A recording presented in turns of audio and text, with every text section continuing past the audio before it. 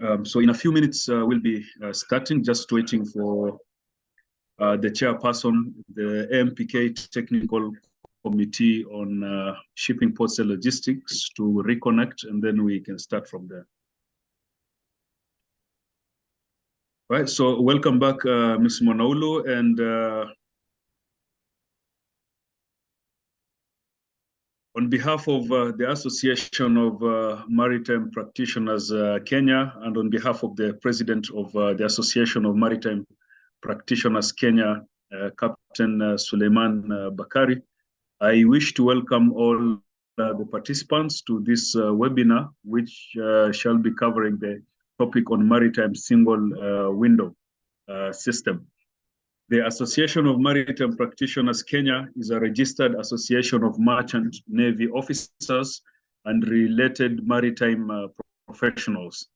The objectives of the association, among others, are to advance the interest of Kenya's merchant navy officers and affiliated maritime practitioners, to facilitate exchange of information and ideas on pertinent matters concerning the maritime industry, and to avail a platform for engaging stakeholders in maritime industry, not only nationally and regionally, but also globally.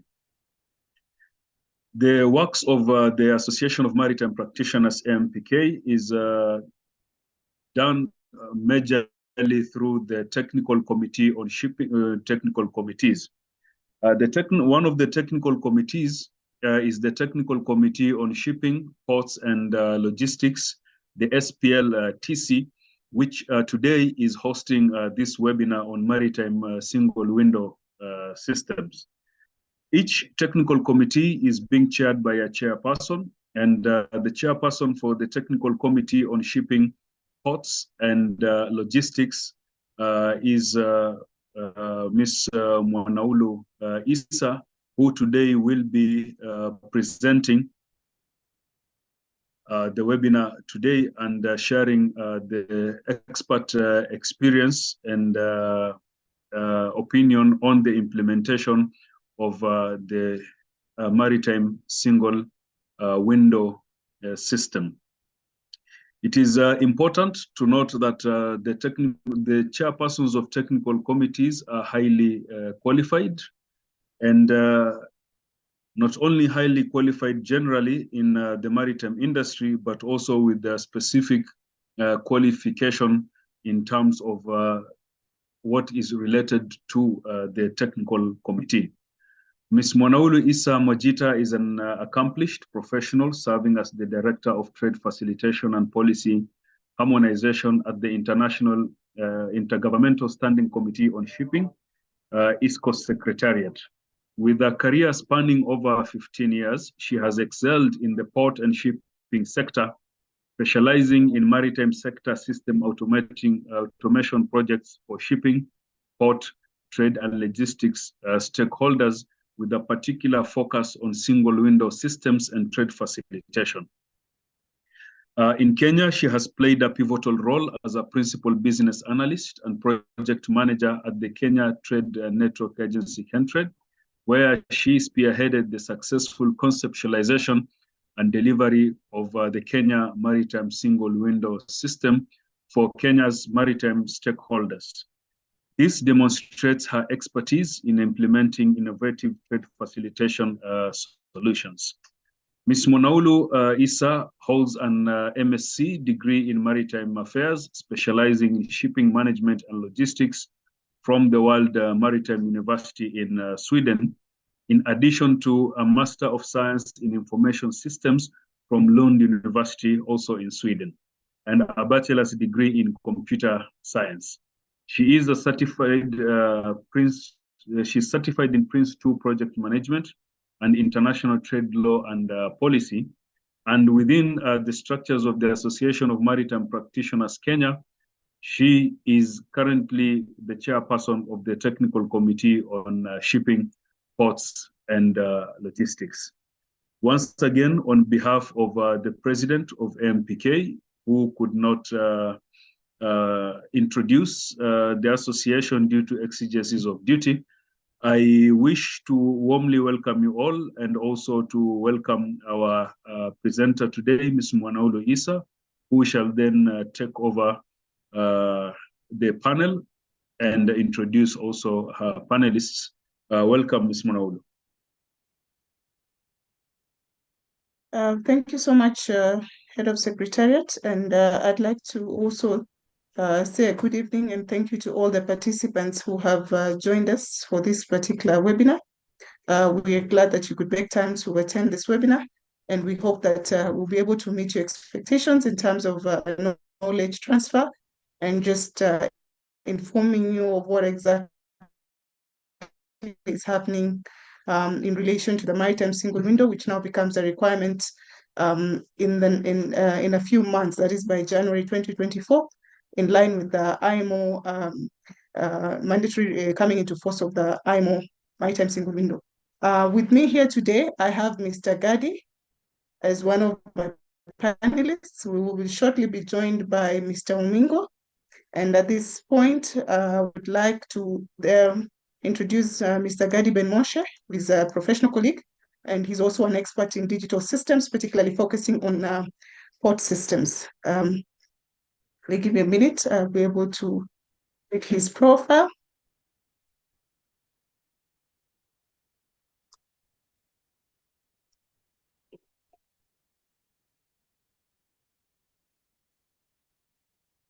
So Mr. Gadi is a cybersecurity and digital transformation expert.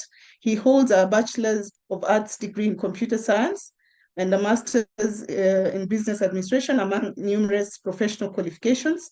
He is currently the Vice Chairperson of the Data Collaboration Committee of the IAPH, where he spearheaded the development of the white paper, The Mindset Shift to Innovation in Ports. His expertise in leading digital transformation in maritime trade, supply chain, planning and implementing of port community systems and single window systems. He is also an expert in and participates regularly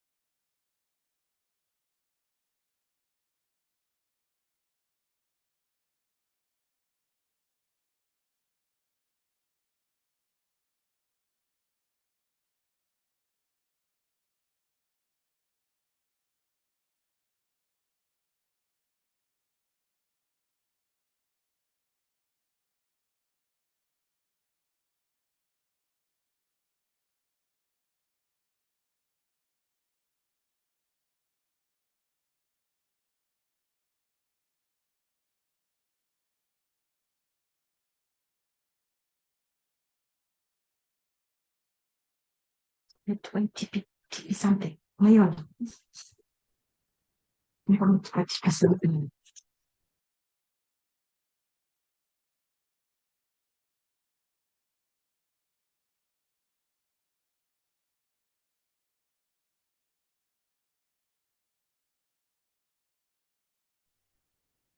Captain Tally, sorry, can you hear me?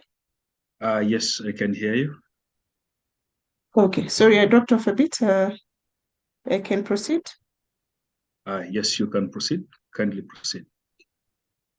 Okay, I was introducing Mr. Gadi. I am assuming I managed to read almost all through his bio.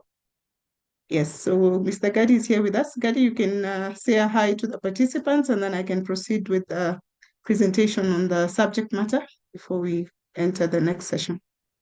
Thank you, Manolo, for the kind introduction. And yes, you introduced me completely. Thank the participants, and looking forward to elaborate on this matter. Thank you. Thank you. At this point, we would now move straight to the topic at hand. I would be able to give an introduction of the topic to set the stage to be able to discuss the topic. Head of Secretariat, if you can kindly have my presentation on the screen.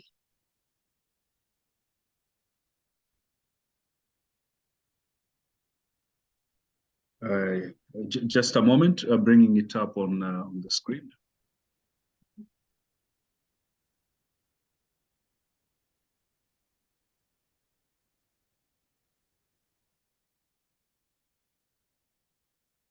For the participants, as we proceed with the presentation, kindly, if you'd have any questions during the session, please feel free to put them on the chat box. We'll be able to open that later.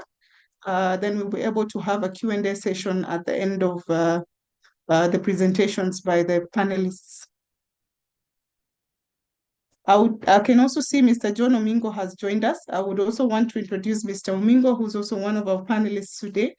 Mr. Omingo, I believe, is quite known to the Kenyan maritime community, and he's quite a renowned figure and has played a key role. Mr. Omingo is currently the Acting Director General of the Kenya Maritime Authority, and he also is the Director, Maritime Trade and Investment. He holds a Master of Science in Commercial Shipping Management from the World Maritime University and a postgraduate diploma in Ports, Shipping and Transport Management from the International Maritime Transport Academy in Netherlands.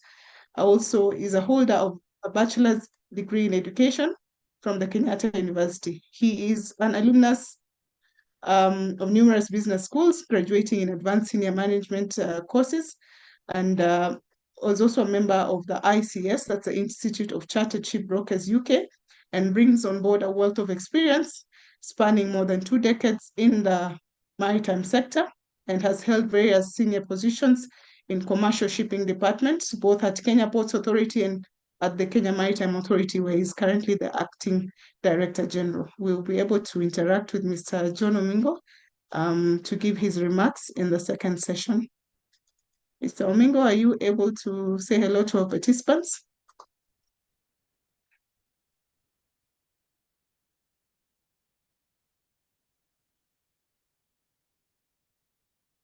As we get my presentation ready, yes, Mr. Omingo, go ahead.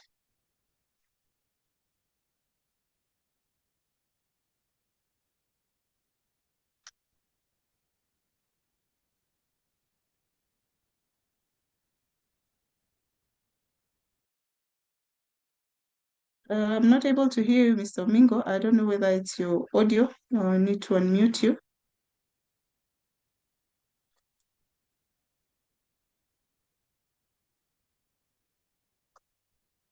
I'm sure we'll get to Mr. Omingo's presentation or remarks, so we'll pick it up from there. HOS, am I able to get the presentation, or I can? Yes, I can see it coming up. Thank you.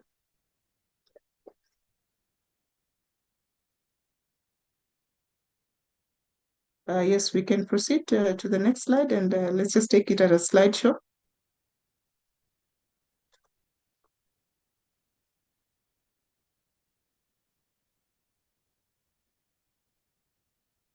Thank you. Yeah, so we're good. Yeah. So in relation to the maritime single window, for most of you who are in the maritime industry, you are aware that the maritime single window is anchored under the IMO FAL Convention. And for clarity, the FAL Convention is basically the IMO FAL is a convention that facilitates maritime traffic. Therefore, when a ship is coming into a port, maybe for supplies or for commercial reasons, it's expected to submit a number of documentation for clearance purposes. And in this particular instance, they then are able to interact with a number of government agencies in order to facilitate the movement in and out of a port by the ship. And in May 2022, most of you sorry, Head of Secretariat, I think my presentation is moving quite fast. If we can get back to the first, yes, let's just take it from there. Okay. So basically, FAL, as I've said, is to facilitate maritime traffic, and is the convention that then create facilitation as far as maritime traffic is concerned. And the whole idea is to reduce transport costs by ensuring there is predictability and there's facilitation of movement of traffic, cargo, passengers in the instance where we're talking about passenger vessels. Why is it important that then we are now moving towards maritime single windows? If we can move to the next slide, please. So in May 2022, during the FAL 46, a number of amendments were declared, which now have a very big impact on the IMO member states. And in the IMO FAL Convention, basically we have the guidelines that were put forward on setting up maritime single window systems, and a number of amendments which then have come into force, then making it a mandatory requirement that all declarations being made in relation to maritime trade facilitation or the movements of ship-to-shore clearance processes have to be done using the electronic single window systems, particularly maritime single window systems. So when you look at the amendments that have been introduced, basically we have now guidelines that specify what needs to be done in terms of the type of information being submitted, the actors responsible, and the best recommended practice when it comes to the movement of ships during a port visit. Therefore, maritime single windows are now important in the sense that effective 1st January 2024, member states are expected to implement electronic systems for the submission of information to all the agencies that then are responsible for ship-to-shore clearance processes. We can move to the next slide, please.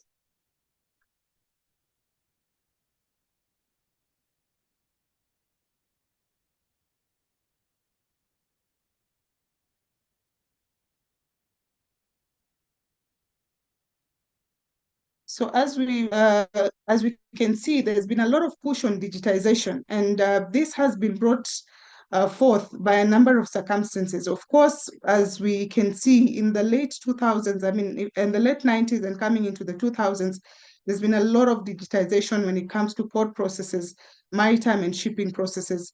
And international efforts towards this have been anchored in a number of trade facilitation agreements, not only IMO FAL, but we also have the WTO Trade Facilitation Agreement, which recognizes the use of electronic systems to facilitate the submission of information in connection with the arrival, stay, and departure of ships, persons, and cargo, without duplicating efforts, in the sense that we trying to ensure that information that is submitted to one agency can therefore then be shared to other agencies, with reducing duplication and without having to subject the submission through different portals. So as far as the IMO FAL Convention and in the requisite annex, there are standard and recommended practices that have been defined in able to simplify these formalities, as well as the documentary requirements and the procedures that are then to be undertaken during the ship's arrival, stay, and departure. Can move to the next slide.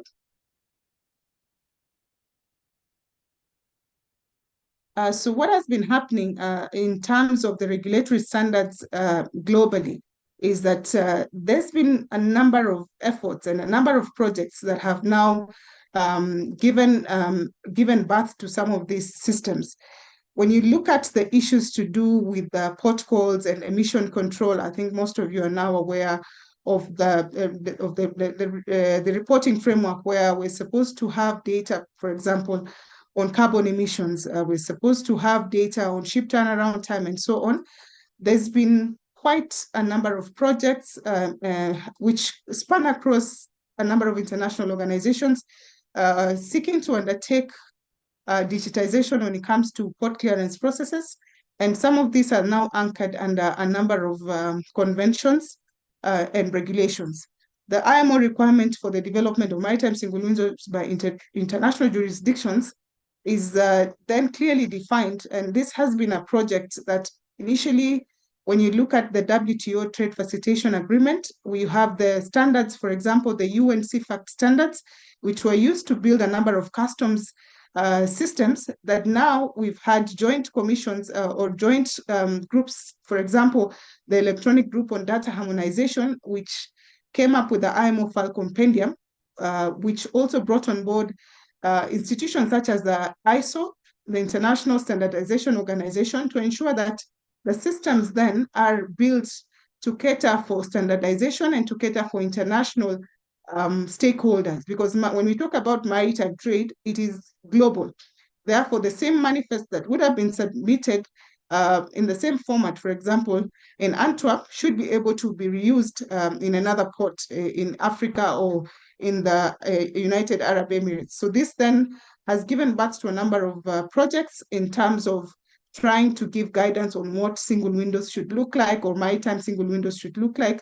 And a clear example of the IMO SWIFT project, which is a single window for facilitation of trade, which is a generic maritime single window that was designed to support digitization. And this has been work being done between the IMO and a number of partners to just ensure that there is a standard format for countries that are now striving to set up port reporting formalities that maybe in terms of PCSs, to transition them to maritime single window, so that then we have automation that our systems that are standardized. If we can move to the next.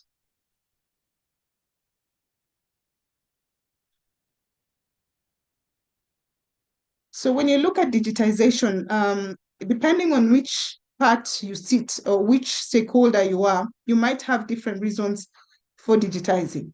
But the key reasons, when you look at the reasons for digital strategy, of course, one, if your competitors are doing it, you'll be left behind. I mean, we're seeing a lot of competition when it comes to businesses. We have, in the last few years, and of course, the pandemic, the COVID-19 pandemic brought forth all these digital systems. So in terms of competition, I mean, competitors are doing it. So if you want your port to be among the top ports when it comes to clearance times, when it comes to ship turnaround time, you would have to digitize. Customers also expect a certain standard when it comes to facilitation of trade. So this is also one of the reasons why you would find most people would digitize. Regulations are evolving as well. When you look at issues such as the maritime single window, 5-7 years ago, these were not mandatory instruments, but now we are seeing a situation whereby global regulations are also forcing or moving towards digitization as a solution to maritime trade facilitation and also in other industries. In terms of future-proofing, we are now looking at things such as risk management, which can be built into digital systems to be able to give clarity or predictability when it comes to information processes and so on. In terms of the maritime world, there's a lot of data starting from the submitters of the information, whether this is a freight forwarder or a shipping agent. There's a lot of data being submitted through various systems. For example, the shipping line companies would have to deal with bills of ladings and so on, and then this finds their way to maybe the port, as well as the government agencies when it comes to the import and the export clearance permits.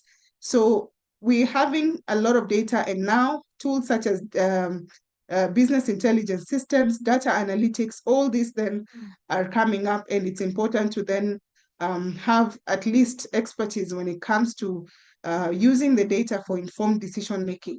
We are moving from very fast. When you look at digital platforms, we now have Internet of Things, we have advanced analytics, robotics, artificial intelligence, and so on.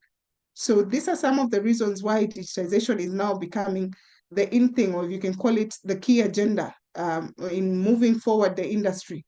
And a number of projects have been have been set up by even shipping companies where they're trying to look at how do we improve our processes using data? How do we make decisions? How do we plan ahead? If we can move to the next slide, please. So this then gives us the opportunity to look at how do we facilitate or how do we make maritime trade more efficient using digital systems. As I've previously mentioned, we have the World Trade Organization Trade Facilitation Agreement, as well as the IMO FAL Convention, which highlights the international maritime traffic regulations on facilitation of maritime traffic. And these form the basis of common standards and regulations and have been very valuable, particularly when it comes to the post-pandemic era. Governments, of course, are now finding themselves in a spot where they have to reform trade, and through trade facilitation, this has now paved the way for digitization and enhancing transparency, as well as rationalizing administrative formalities. When it comes to transparency, I believe the shippers or the consignees would want to be able to have a view of their data, of their consignments up to the last point of delivery. So when you look at maritime supply chains, logistics supply chains, we now have a lot of systems or tools where any person in that particular supply chain should be able to see where exactly their consignment is or any actions without having to go through so many agencies or so many systems.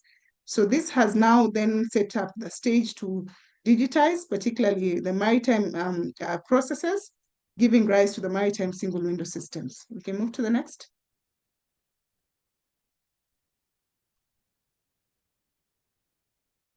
So there are a number of international standards that then have been used to standardize the design or the development of ICT systems to facilitate trade. When you look at the single window system, it is particularly anchored under the UN CFACT recommendation number 33, and it thereby defines the single window system as a facility that allows parties involved in trade and transport to lodge standardized information and documents using a single entry point in order to fulfill import, export, and transit-related regulatory requirements. So you have, as per the picture you can see on your screens there, you'd have the submitter of the information, we can call them the trader or the agent, submitting these documents to various government agencies. This is a pictorial taken from the Kenyan situation of the single window system. You have customs, for example, you have Kenya Ports Authority, you have the phytosanitary, KEFIS, you have the port health, immigration, and so on sitting on the other end. So through the single window system, the agent is able to submit the information once, and this information is received by the regulatory agencies, and the user does not have to submit this information so many times or log into different systems. For example, log into the customs system, log into the port authority, log into the KEFI system. So single window systems, basically, this is just the basic framework of how a single window system is meant to look like or is set up. You can proceed to the next.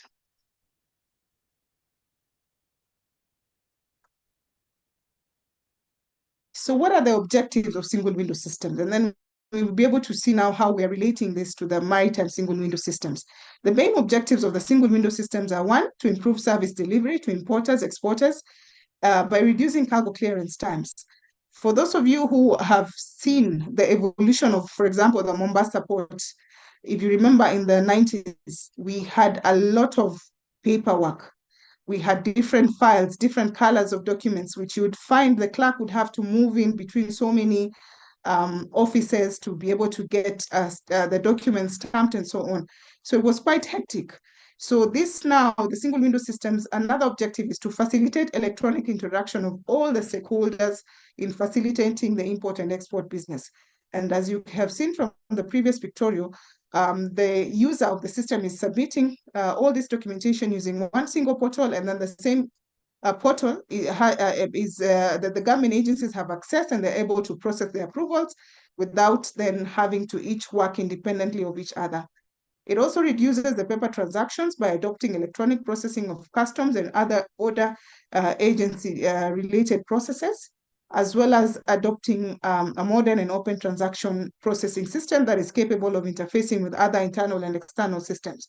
Most of the systems, as you would see, for example, in the Kenyan case, have now been interfaced. You have an integration between the port system, the port community system that is Kwatos, and for example, the Kenya Revenue Authority, the single window system operated by Kentrade, and so on. So these are basically the objectives of single window systems.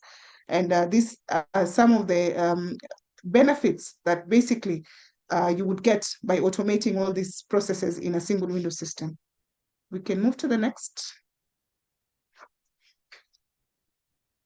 So what is a maritime single window environment and how does it look like? So when you talk about a maritime single window environment, we have all these actors in maritime trade. We're talking about the submitters of the information, or what we can call the data providers in this particular slide.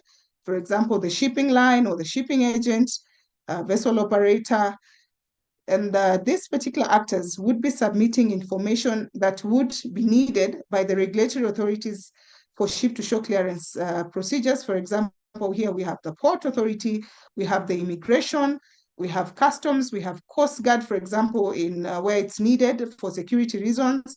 We would have Port Health and any other government regulatory agencies that would need to give clearance for a ship that's coming into a port.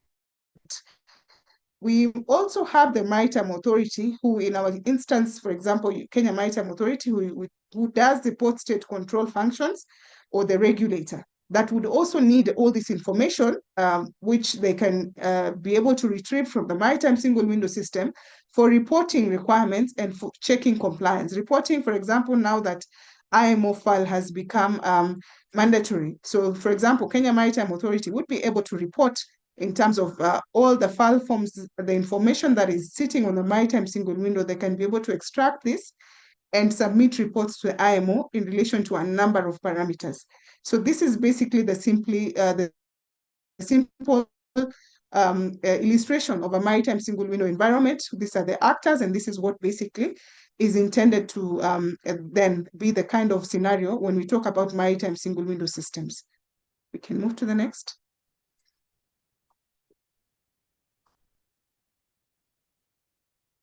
So when you look at the maritime single window from a functional overview, you have the actors or the processors of the information sitting at the top. For example, you have the shipping agent, you have the port, you have the terminal operator, the ship owner, you have customs, immigration, port health, any other agencies. And then you have the built-in file forms that would be developed inside the maritime single window.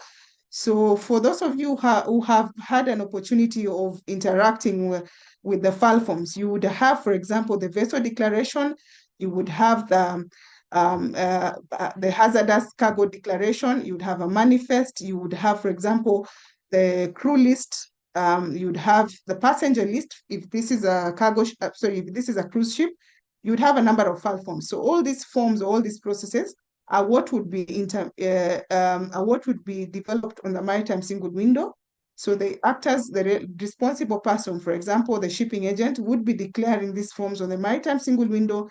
And in some instances, in many countries, I think this is the approach they're taking. You'd have the maritime single window being interfaced with a number of regulatory agency systems. For example, the port community system. In the case of Kenya, this would be Kwatos, or the KPA system.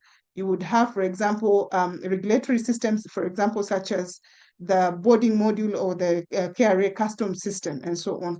So this is basically a very simple illustration of the functional part of how a maritime single window should be built. We can move to the next.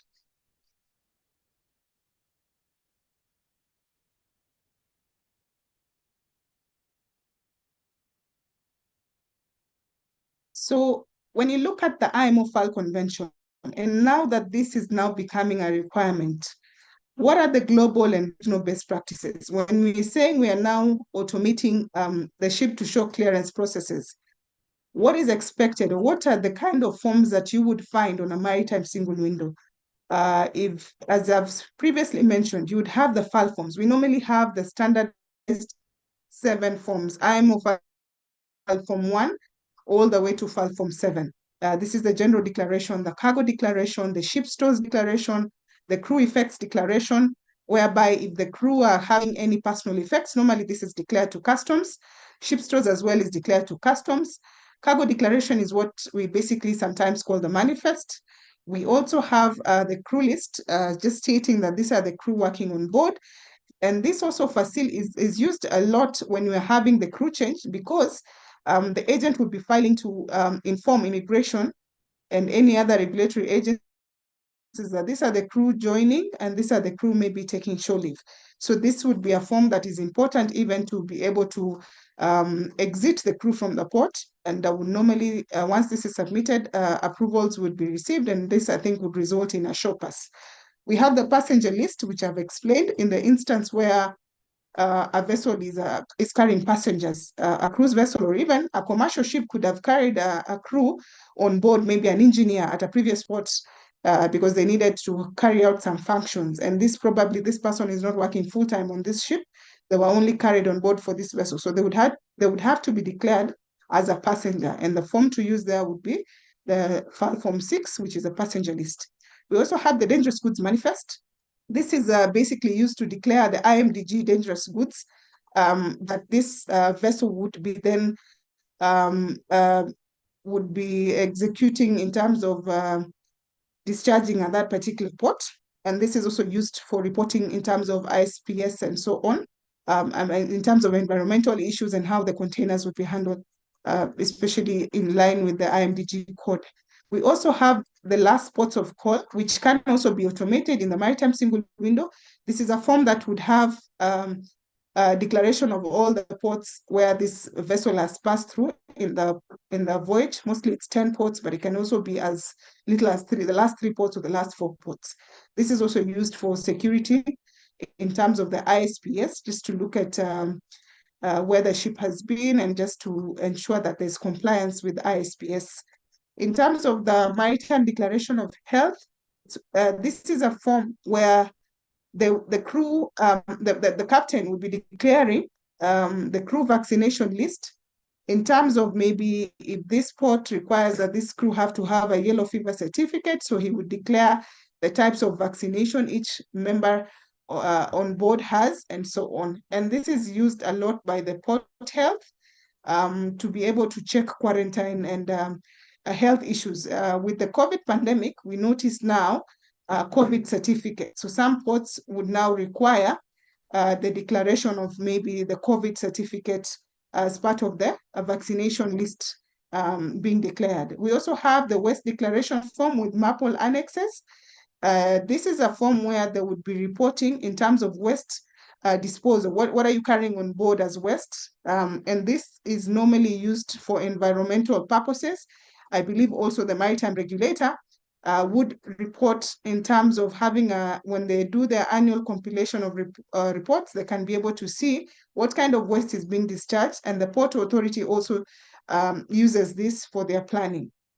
In the instance, in the case of Kenya and some countries, they are now also adding a field or two to be able to report on the kind of fuel the vessel is using.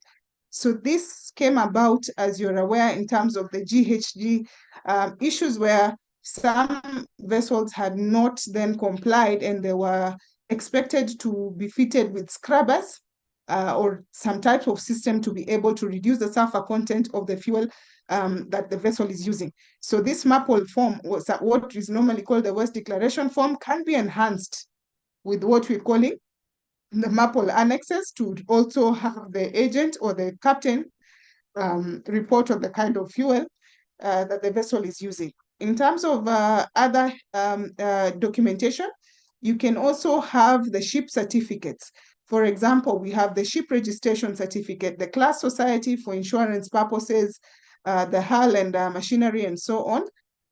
So these certificates normally, when the port state is doing the ship inspection, they normally go on board and physically confirm the certificates. So when you automate these forms on the maritime single window, it means that then the ship inspection agency, whether it's the maritime regulator, in our instance, for example, Kenya Maritime Authority, right now they're able to have these certificates on the system before the vessel arrives, and then now when they go on board to do the actual inspection, they can physically confirm the validity of the certificates or any other issues in terms of the SOLAS and so on.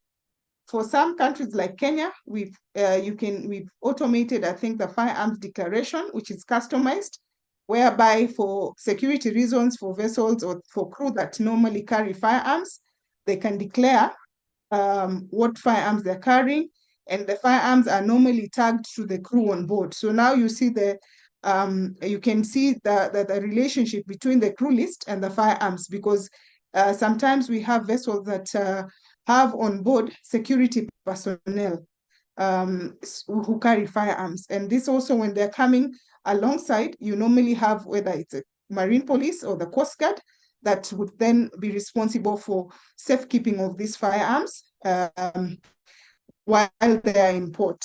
So these are some of the file forms that have been automated, and global practices that most countries have then used these file forms and automated them. And this is also in line with the IMO file compendium, which is a guide on automation of the processes to be done under the maritime single window. If we can move to the next.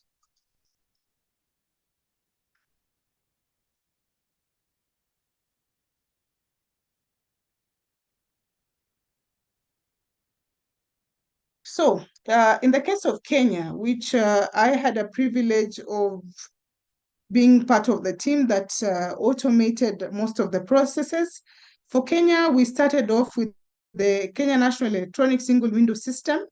And this started off as a national project between Kenya Revenue Authority, that is Customs, and the Kenya Ports Authority. And the whole objective was to have the sea and air processes automated into the various modules. So part of the single window system has what you call the air module, as well as the sea module, which is the shipping and port module, where most of the ship-to-shore clearance processes have been automated, as well as the permits and relevant documentation. This led to then the formation of KenTrade, which is the government agency responsible for operating the Kenya National Electronic Single Window System. Okay, move forward.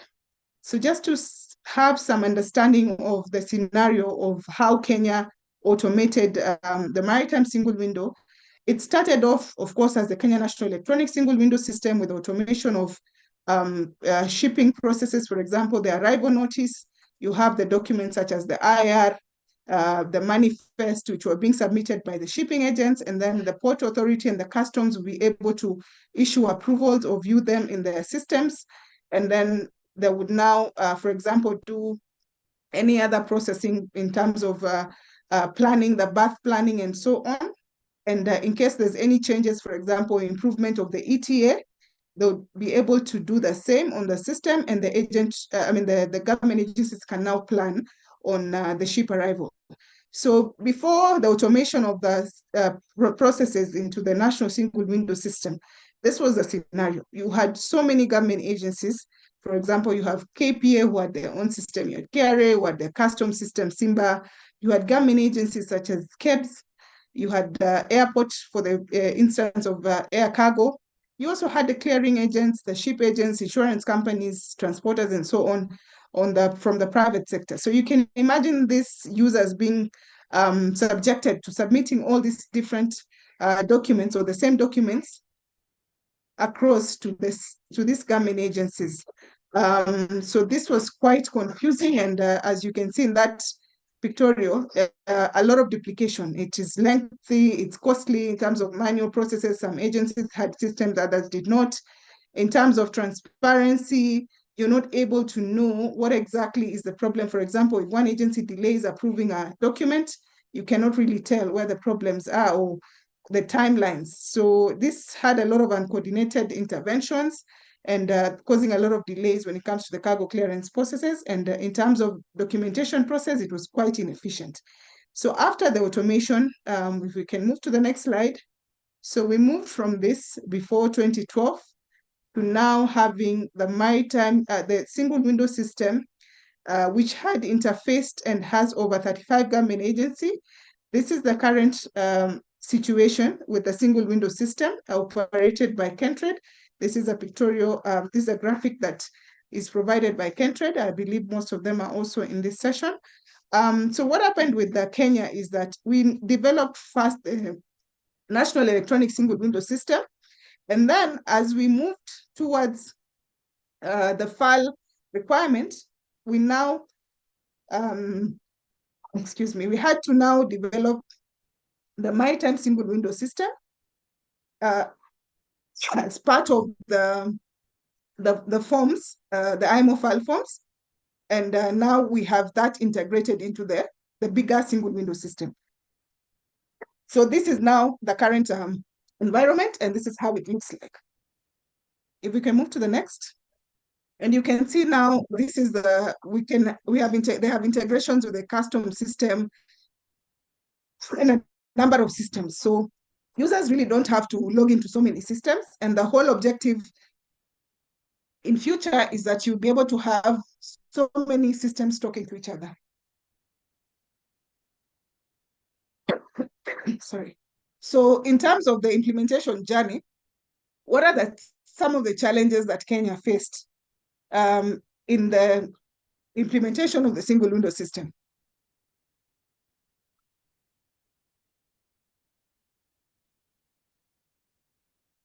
So there was a lot of lack of understanding at the beginning of the project. And this was, of course, issues to do with change management. Some agencies, of course, felt like their mandates would be taken away from them. Some agencies, of course, had their own independent way of working and so on. The project being quite a large project where you now to deal with over 30 government agencies required a lot of budget, a big budget. And as you're aware, sometimes some of these projects, when you start out, you'd expect maybe to utilize certain funds, and then the project kept adding a number of stakeholders. So this then became quite huge. In terms of the scope, when the single window system started, the plan was maybe to have a number of modules, but based on even regulatory requirements, for example, such as the IMO file, they are now forced to add more modules or to continue developing other processes within the system. So these are change requests, and in terms of systems development, this can be quite costly. Of course, procedures and documentary requirements, most agencies had duplicated, for example, processes. So there was a need to have business process reengineering to ensure that then the processes are improved or they're standardized, to ensure then that they are done efficiently and there's no duplication of efforts. So this was some of the challenges experienced during the Kenya single window system implementation. And I believe this was a learning curve. So by the time, when you look at what is happening now, even by the time we're coming to the maritime single window, the system had stabilized, and most of the government agencies had seen the benefits of implementing a single window system, and it now became easier to bring them on board. If we can move to the next.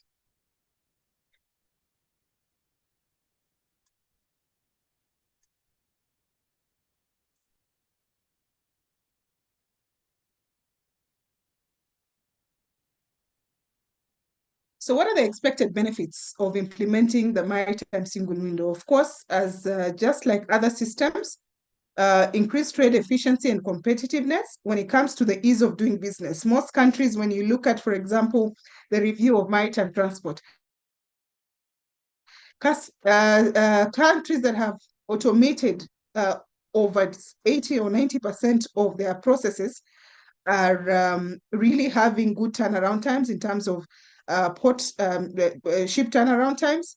In terms of the ease of doing business, they end up performing better. We have countries such as Singapore, we have Belgium, and so on. So these are some of the advantages of implementing maritime single window systems. In terms of accountability and transparency, the users are able to know that if I submit a document, it's going to take me, for example, 4 hours for me to get my approval. So they're able to plan ahead. Accountability in terms of government processes and even in terms of costs.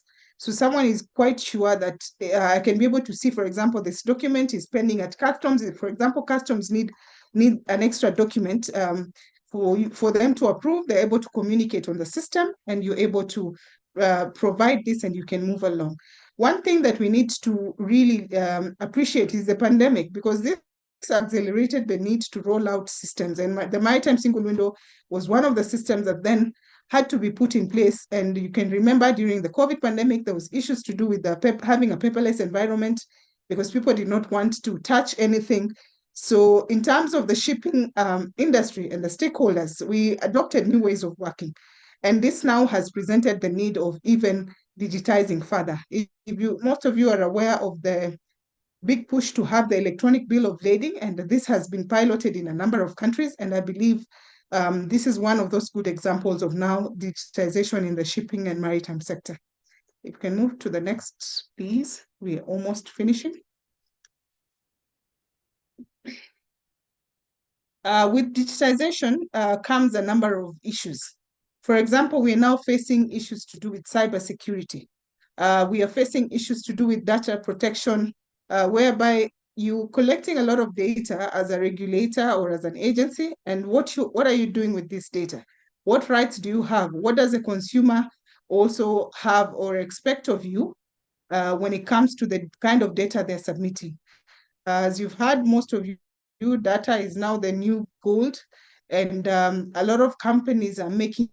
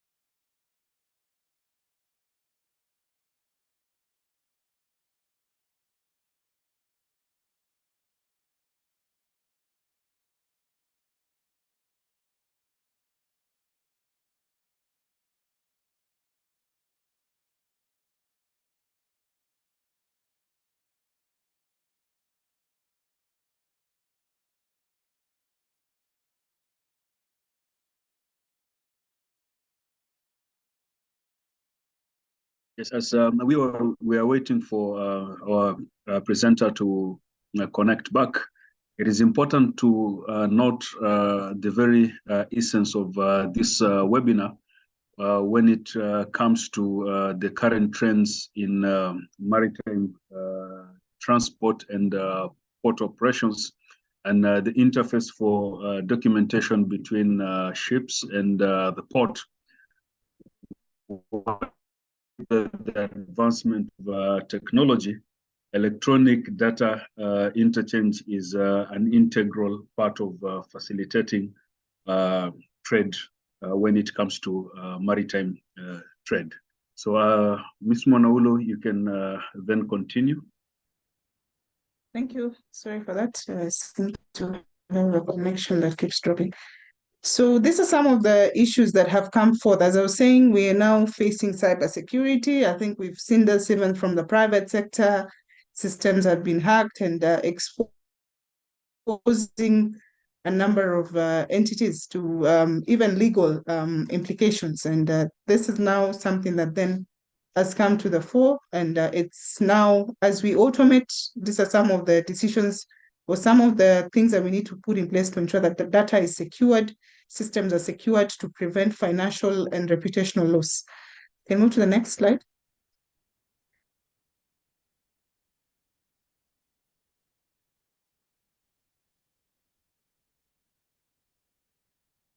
So a number of lessons have been learned as we go through digitization. Of course, it's quite important to then notice, it's quite important to ensure there's stakeholder engagement. For example, when you look at the maritime single window systems, you have over 10 government agencies that could be involved in the ship-to-shore clearance processes. So it's important that then all the stakeholders are brought on board to prevent resistance.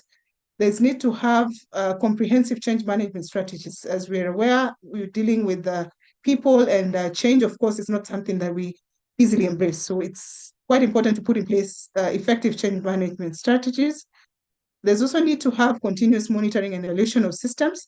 Systems are not static. Even on from a personal level, your phones are always requesting for updates. And this is just to then ensure that then you have the latest version and so on. So there's need to basically have a framework for system improvement. And some of this can also be done also by ensuring that you have feedback from your users, so that then you're able to build systems that then meet the needs of the users. In terms of adaptability, as we've seen, technological advancements are here with us. So many things keep changing. So it's important that then we are able to embrace the changes and embrace technology as a means to simplifying our processes or even making them better and more efficient. It's also quite important that there is transparency and accountability when it comes to these systems, when you're building the systems, and just ensuring that then every stakeholder is engaged to have their views, to also be able to interact with the systems during, for example, testing. And this is what sometimes we call public participation. As a stakeholder, you have a right to be informed of what is happening. You have a right to be trained in these systems and to just appreciate what exactly you need to do. So training then comes about as part of that process. If we can move to the next slide.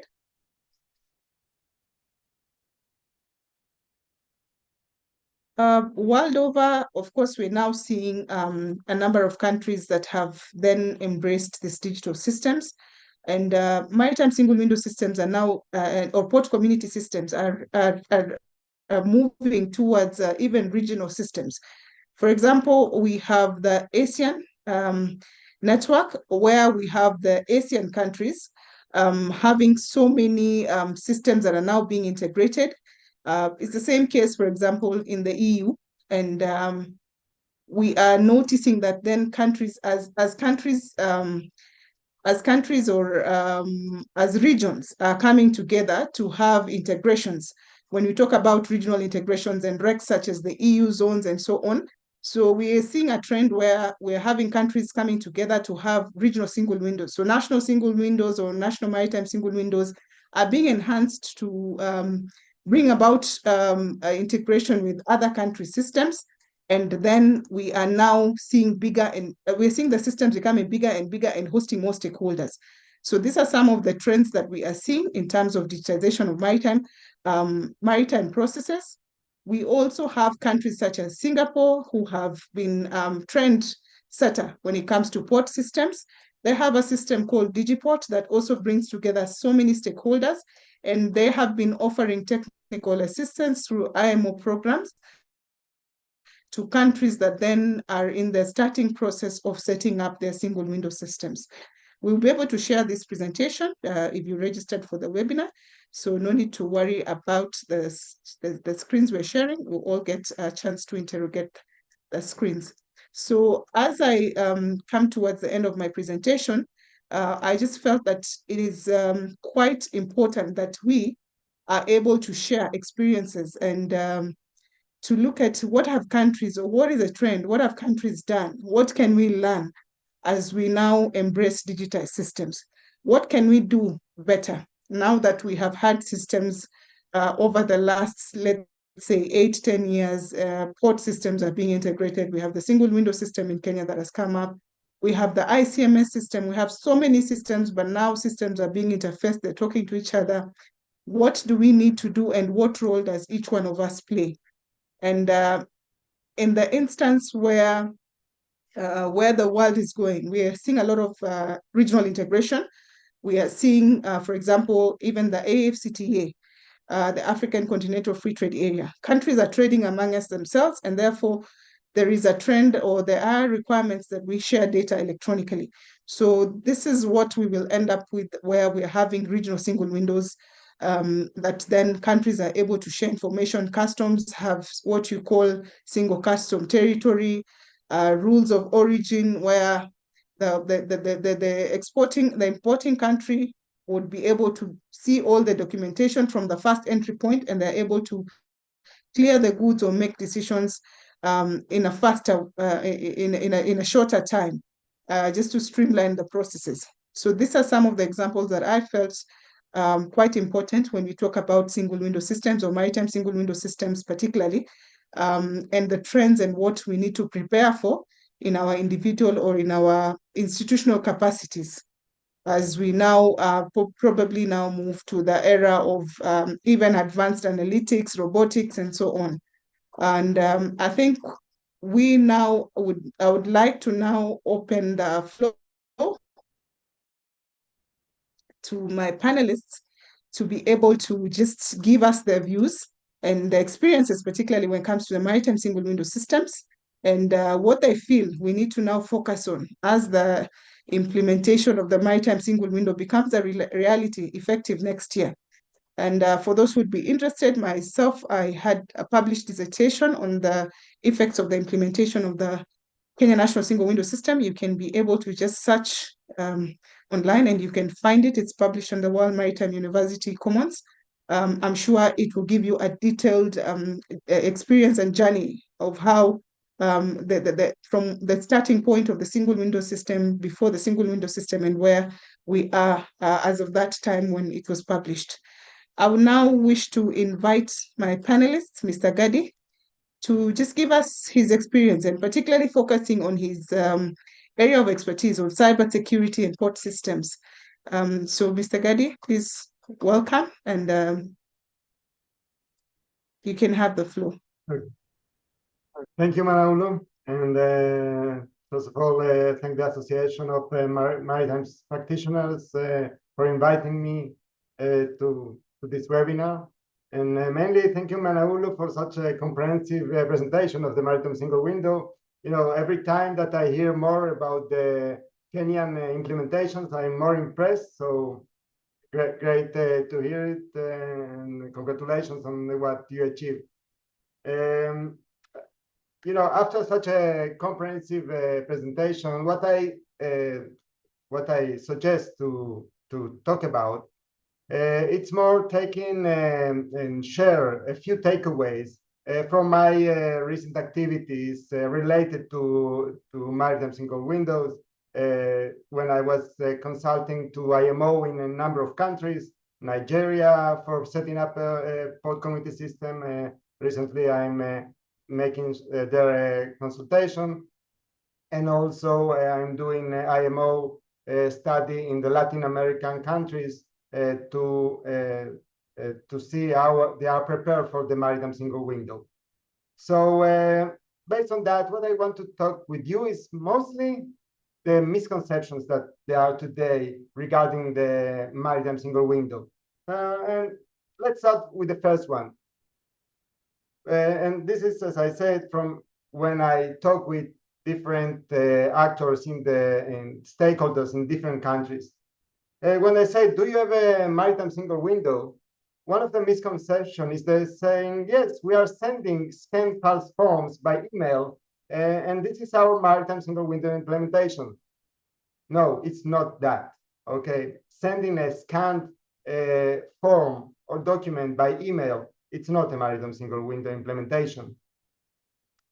Other misconception is that also, okay, great, not by email. Let's do a great system that we can upload the scanned found documents and then we send it through the different government authorities. Again, uploading some scanned picture of a document, it's not digitalizing. So these are two misconceptions in the implementation. Another one is that, okay, great. So we won't scan, we need the data. As Manaulu said before, we need to exchange data. This data will be the big data that using AI we will use to make a more efficient maritime supply chain. So, okay, that's the next steps. So maybe typing in the file form information into a dedicated web page is the main way to implement a maritime single window. And for that, I say, okay, relatively, it's a part of the implementation, because mainly this implementation of typing in some web page the information of the file document, it's mainly for the suitable for a small and medium enterprises which don't have some IT or not some, but a vast IT infrastructure. So for them, it's a great solution and it's great to support the small and medium enterprises. But we have also in Kenya and in other African countries, big enterprises that already have IT solutions and IT infrastructure. For them, the exchange of information shall be done by machine-to-machine communication. And today we used to say that it's API first, application interface first, and not just a file transfer between the systems. So until now, we were very used to exchanging by file transfer EDIFACT files, or sometimes were XML files or others. But today we are going through mainly API first, the web interface between systems. So let's continue with other misconceptions. Okay, so we talked until now some technical implementation of the maritime single window. And then we can say another misconception that there is in the market is that maritime single window technical implementation, it's enough to improve the efficiency of the arrival, stay, and departure of vessels. Also for this statement, I don't agree, because, and I believe that Manaulu mentioned it, this is a change management. To go from physical documents and exchange of physical documents, people have to get used to that. So again, in my consultation with a number of countries, when I asked, okay, so I heard about a great maritime single window existing. And people say, yes, but at the end, when I board into the ship, they ask me for the physical printed document. So it's not enough implementing a great technical solution. You have to be sure that it is in use, and you have to train people about the use and to follow the implementation that this solution is implemented. And one thing that it's great in the one of the resolutions of the FAL convention is that we have to go from the concept of documents that we are documents relating today mainly to paper, to replace it by declarations. Declarations is the digital information that's going instead of this existing document, the paper document. So we said that a part of technical, we need the change management, but also we need a national legal framework that supports the use of the maritime single window.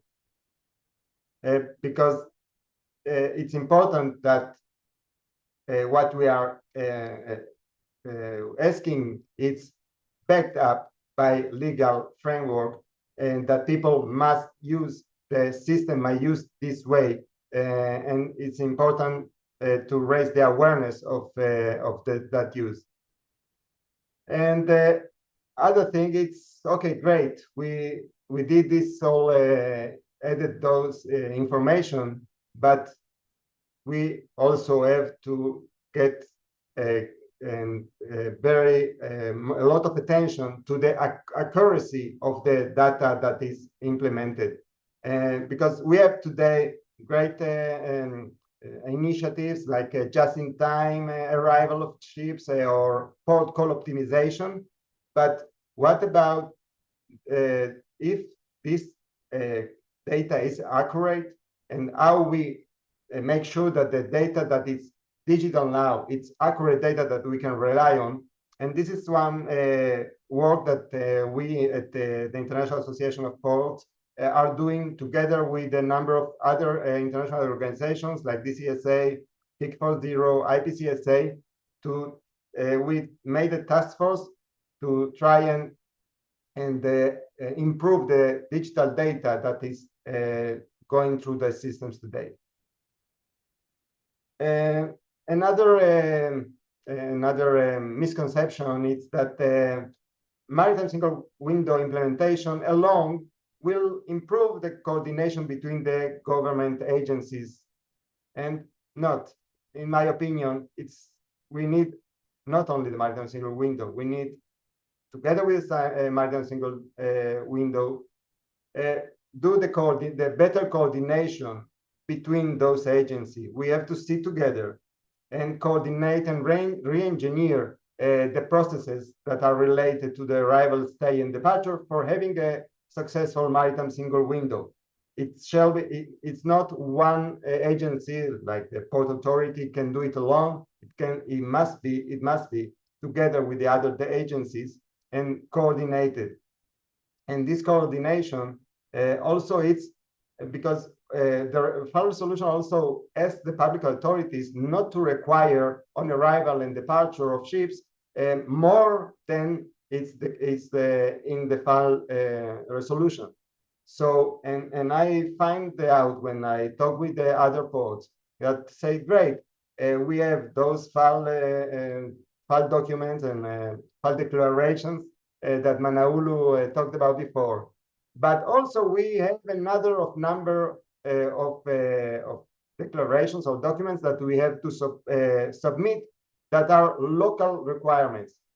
Again, it's important to re-engineer the processes and to ask only those declarations that are in the file resolution and not more. And many times when I talk with them, why do you need it? It's because of the history. Sometimes there is some documents, local documents, that nobody remembers why somebody is asking it until now. Another very important thing, that the reason that the maritime single window not alone, it's the sole solution for a better supply chain. It's that coordinated onboarding inspection is needed. And I saw some question about if everything is digital and we have all the declarations, why do we need the in-person onboarding inspection in the ship? Okay, it's needed, but when there is information, two things. One, you don't have to, you can use risk management to decide where and which vessel to the boarding and inspection. And the second, okay, so you decided now you need some digital solution also for the coordination of the boarding, that all the authorities shall go together and give the final approval in a digital way, and exchange the information between them in the digital way, also for the border control and the coordinated border control of all the agencies. And I think that I don't want to take much more of time, and I will be happy to answer more questions, but two more things that I want to say. Manaulu mentioned the cybersecurity aspect. So first of all, we can also talk about some misconception about that because we need it to do fast. We need to implement Maritime single window until next year. So maybe let's do cybersecurity later and implement now. No, we need to do cybersecurity by design, and you can use also IAPH published 2 years ago cybersecurity guidelines and for ports and for facilities, that it's something that can be used, but it's very important to do cybersecurity, maritime single window design with cybersecurity in our head, in our minds. So if I can, would like to end with saying that, yes, for those that didn't yet implemented maritime single window, 2 months, it's not enough, okay? But in my opinion, you know, we don't need to implement maritime single window because IMO regulation. We have to do it because part of the things that also Manaulu said, okay, it's because your port needed for a more efficient and sustainable operation. And also not only your port, the world needed, because we are in the supply chain have 2 ends. It's not enough that some countries very advanced have a great maritime single window or other systems. We need all the supply chain, the 2 sides of the ocean, to have this advanced solution. So it's important to do it. I recently, last week, a survey of one of the companies saying that only 30%, more than 30% of the ports don't have yet a maritime single window. So start the work now, use the existing digital systems that you have, maybe some add-on on the PCS, add-on on the custom single window, add-on on the trade single window, use what you have and put on that. As for assistance, also Manaulu said about the assistance from IMO that can be achieved, and also work with your neighbors and cooperate with your neighbors. Regional maritime single window is a viable option to be together and to do the efforts together. And I now participating also in the UN CEFAC development of the guidelines for establishing a regional single window that may in the future help. So this is more or less. I'll be happy to answer questions here, or you can contact me by LinkedIn. Thank you, and back to you, Manaulu. Thank you so much, Gadi. I think that's quite insightful. And what I picked up from you is one, even with systems, there is the human interaction. So there is need to have a very, very good coordination between the agencies. And as you said, when you look at the clearance process, it is not only the port is working hand in hand with customs, the port health, the immigration. So if one agency does not cooperate, this has definitely an effect on the turnaround time of the ship, an effect on the documentation and the time it takes for this documentation to be approved. So yeah, that is something that I think we really need to always highlight, that systems normally are not the ultimate solution. What happens outside the system has to happen. When it comes to the processes, the procedures, and the roles of the intergovernmental agencies that work hand in hand with the Port Authority. You also talked about the... If I may add, Yeah. sorry, because you remind me of something that Sure. there will be IAPH together with the World Customs Organization. We develop also guidelines for port authorities and customs around the world cooperation. It will be published next week in the IAPH meeting in Abu Dhabi. So it will be published, and I think that it's another tool for a better cooperation between the authorities. And sorry for interrupting. Sure, yeah. Thank you for that. Yeah, I'm sure most of us will be looking forward to the resolutions of that. So I also picked up what you talked about, the cybersecurity guidelines. Yes, I think now with all this digitization, all systems have to be built with the cybersecurity guidelines, so that then you prevent rather than react to attacks or in any type of form, whether phishing attempts and so on. And I think the shipping industry has faced this, and I think we saw the disruption when some shipping lines had their systems hacked, and this basically had a very big effect on the whole supply chain. Another thing, I think you talked about the use of available systems to build systems. Yes, we have this deadline of the IMO to set up a maritime single window.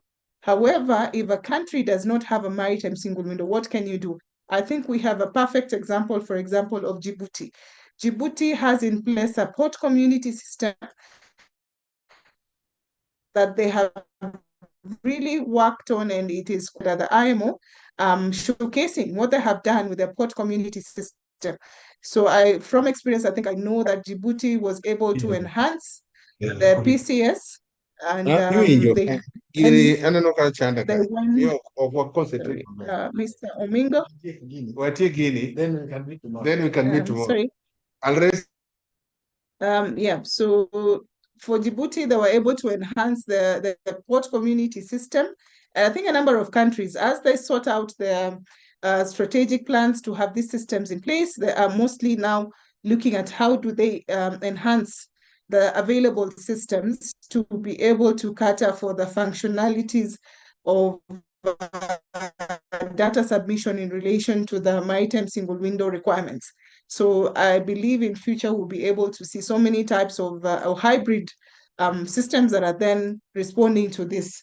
I think now I would, and thank you so much, Gadi, for those insightful comments. I would now like to open the floor to my other panelist, Mr. John Omingo, so we can have his views, his experiences as having been one of the key partners for Kenya's implementation. And I believe he has been there for a number of years. He has seen where we have come from, and he is a regulator. So he's one of the best persons to really give us his insights on this particular topic. Mr. Omingo, welcome.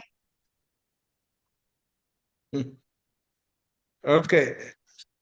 Thank you, Monaulu. Let me see where, okay, where the light, yeah, that's better.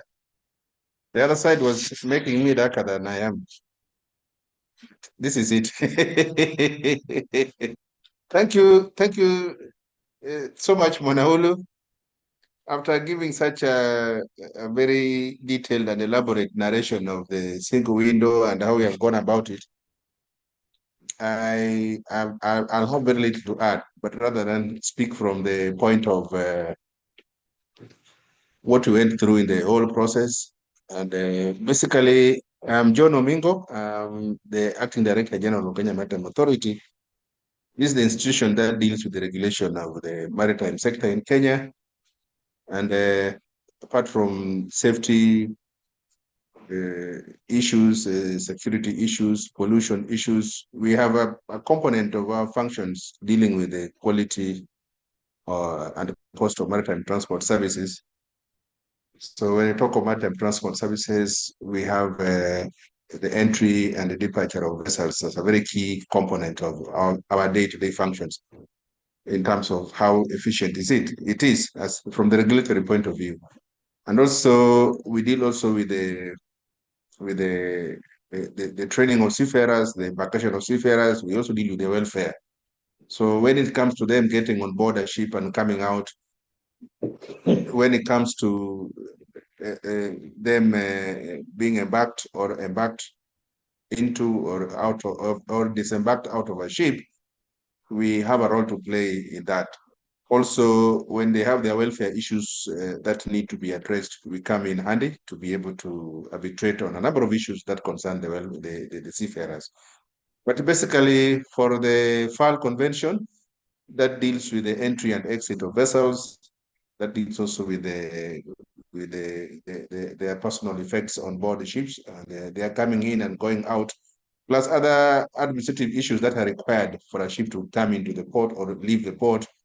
We are very happy that this idea was brought in. It came in after we had gone through the national single window. The national single window handled our clearance issues right after the cargo has come into the port, in terms of the various agencies who are involved in a number of aspects of clearance.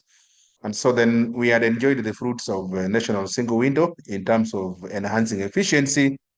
So when the maritime single window came in, it came in as an extra module. And then we came in as KMA to be able to rope in the various parties in terms of deliberating on how we would be implementing it and making sure that they came on board. We also had a direct engagement with the processes of particularly the ones of port state control inspections, which also required the physical check plus the physical exchange of documents. So then we became a beneficiary of the maritime single window, in that some of these functions we were able to handle the receipts of documents and all those other stuff online through the maritime single window platform. So it's a very good concept to have it in place. It may look very complicated particularly if you never had a platform where all agencies were undertaking their various functions within one framework. If you never had that one, then it may look quite a huge task. But if you had one in place, you just modify it to make sure that you add this element of handling the arrival and departure of vessels, then it becomes much more effective. And again, persuading people to be able to come in and comply and do the things that they have been doing manually, to put them into online becomes much easier. But it's very difficult because adopting new systems, adopting a way of handling our various issues, it's normally a matter of culture, a matter of attitude, and familiarity with the systems which are being created. Where you didn't have a system, then it becomes a challenge. It needs patience. It needs a lot of awareness. It needs also the regulator to come on board and rope in the people to be able to understand the concept and see how best they can be able to do it. But in a nutshell, what I would say that we have enjoyed the realization of this maritime single window as a means of enhancing the efficiency of the arrival and departure of vessels, plus those are the administrative things. So it's a good thing that needs to be supported, that needs to be capacity to be built where we have none, and also for the agencies to know that it is something that they can easily adopt once they have the right attitude, the right minds, and good systems that are able to talk to each other and make it possible to work. Again, you need the dedications of the project managers. For ours, we had Manaulu, a very dedicated project manager who kept on narrating the issues and bringing everybody on board and checking. So the team that you are putting in place to oversee that process must be dedicated for it to work out. You must be ready to receive rejections in some quarters, but you explain yourself and they begin to understand you, and then you are able to penetrate and let them see how it works. And then once that one is done, then it becomes much easier to be able to implement. And again, constant monitoring to ensure that it's taking place. Like all human beings, we don't change very easily. We like going back to our manual systems the way we have always done it for centuries. That's how we know it. You go to the immigration, I need to see the stamps, I need to see the papers, but then it's not easy to change. But through persuasion and convincing and making sure they see the benefit of interacting with these systems, and if you upgrade it to that extent, and to a point where you can even use your mobile phones wherever you are, and then it becomes much more attractive and better, and we look forward to enhancing and improving upon it. We hope that what we see in a certain ports in terms of the speed at which cargo gets in and gets out, I mean, in which cargo gets in and the cargo also leaves the port, is very fast. They talk of hours, not even days. And so then when we bring the element of the maritime single window, it also adds into enhances those efficiencies. So efficiency, both for cargoes which are already in the port and for the way we handle the ships, is something that we need to support and bring out in a way that we can be able to adopt and keep on improving. There are ports in the world that takes just minutes. They're not even talking of hours, minutes to do their various operations. And this would not be possible had they not a good system that is able to have everybody on board They are able to handle their things from their respective offices, and where there is need for physical checkup, that is the only point where they have to go and ascertain this. But most of the operations and activities are carried out in the background of their offices, and that is where we are heading to, and that's what we should encourage and support. So if you are not single-bound converted, we are the disciples. We are preaching this message. This message, please pick it up and then see how best you can be able to adjust your ways to be able to catch up and let it be implemented. If the whole world was able to implement these systems and they work, then we'll have a better costing of the various products that we are importing and exporting, and a better global trade, and things will be much better than they are now. So when I will stop there. Otherwise, I will become a preacher of the maritime single window and start calling people those who have been converted. Can you come to that? Can you come forward? We pray for you. But that is okay. Thank you very much for the moment. Thank you. Thank you, Mr. Omingo. And of course, I would not mind 2 more preachers like you and myself. I'm sure we will change the world with our gospel. And yeah, I think Mr. Omingo has put it quite well. We started, and of course, this thing was quite new, but it took a lot of dedication. It took a lot of relationships and change management, because definitely when people are used to a certain type of way of working, it's quite difficult. But even in our normal lives, I mean, right now, I don't think most of us walk to our banks. We all have our phones, we have an app we use. So I believe in time, as people see the benefits of implementing such systems, it becomes easier. At this point, I would like, before I take the questions, I can see we have a number of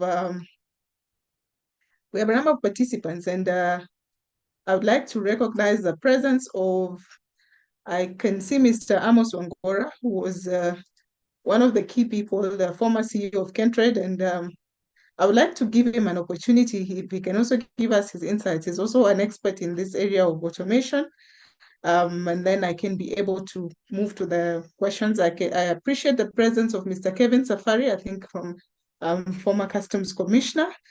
We also have, I've seen Tanzania, I've seen a team from Tanzania, the regulator TASAC, Engineer Mudonko, Ms. Fatma Masenene. Yes, and I know Tanzania is actually in the process of trying to learn from us as Kenya. They have contacted us to just benchmark, and I'm hoping that this webinar would give you a lot of information, and we are always open to engagement to just assist any entities that are now setting up. Mr. Amos Wangora, kindly, sir, would you want to give us a few comments, feedback, insights? If you can unmute, and moderator, head of secretariat, I think you can give him a panelist profile so he can speak. As he takes the mic, I would quickly want to answer a few questions I have seen on the chat. There was a question about how long it took, I think Mr. Mudonko, how long did it take from development to commissioning of the maritime single window? So in the case of Kenya, it took around, I would say around 1.5 to 2 years. But then again, during the development, I think development took us less than a year, and where at every stage of the system software development, we had to collect requirements, we had to talk to all the stakeholders, port, immigration, the regulator, Kenya Maritime Authority. We had to collect the forms, look at how the process is done, to be able to advise the system developer. After this, we embarked on system testing, and it was quite tasking because we went into the lockdown just as we were starting to test the maritime single window system. So most of us had never done virtual testing. So we had to learn how to use virtual tools like Zoom to do testing. Imagine trying to tell someone this is how you share your screen. I'd like to see, now click on this, immigration, give the approval. Next, after immigration, can we see the port authority? So it was a learning curve, but I can say anything is doable. With the right attitude and the mindset, it is doable. I think with the kind of maturity, it also depends on your users, how accepting or how much they're trained on technological tools. If the people who already are using systems and they have been involved in projects, the work in port systems, custom systems, I noticed that the learning curve or the acceptability to systems is much shorter. So you can literally do this in 1 year. But you remember for the Kenyan situation, already we had an existing trade single window system, which had a shipping module. So we were able to extend the shipping module to develop the maritime single window. So we already had a starting point. So it was much shorter. I know there are countries that have literally had projects that are running even for 3 years. So this varies. And also it also depends on your resources. There are some people who have a number of people who are dedicatedly working on the projects, but there are some instances of some organizations where these are the same people being involved in operations and they're not released to the project full time. So these are some of the things that then would affect the implementation time. In terms of the cost of how much it costs to get the Kenya single window system, I would not want to comment on that. I think we can be able to find that out from Kentrade, but it's quite costly. And as I've said, some of these also change requests. You start out wanting maybe 3 forms, you end up with 6 forms. But I'm sure this is something that we can find out. You're able to approach us. And Kentrade, I'm sure this is information they can provide, while not, I mean, it might not be public information at this point in time. Mr. Amos Wangora, I can see you're here. Kindly, sir, if you can unmute. Yeah. Thank you, Mwanaulu. I hope you can hear me. Yes, I can hear you clearly. Go ahead. Yeah, thank you very much for the recognition. And indeed, thank you for putting together a wonderful webinar. And of course, my regards to Mr. Omingo. Now, my name is Amos Wangora. Yes, I'm the former CEO of Kentrade. I'm now in consultancy. I run a firm called Trade Logics Consulting within the same maritime sector. I think Mwanaulu has said it all in terms of the implementation and rollout of the maritime single window in Kenya. We were actually a trailblazer. We had, of course, the advantage of some good experience with the implementation of the national electronic single window. So we thought a shorter route would be to add a module to the single window system so that then we have the maritime single window. Now, 2 issues for me that came out of that, of course. One was the criticality of making sure that the integrations are in place, and especially with the Port Authority. And I think that is work in progress. I don't know how far the port has gone, and if there's anyone, how far Kentrade has gone with this, because I know one of the issues was how do you link the processes so that the boarding of vessels and the exit of vessels from the port are tied to processes on the maritime single window. Otherwise, the risk remains of having a maritime single window which is in isolation. And probably one of the panelists can also comment on this. Now, I've also been doing some work around the islands, Zanzibar, Mogadishu. They are completely not aware of that they need to comply.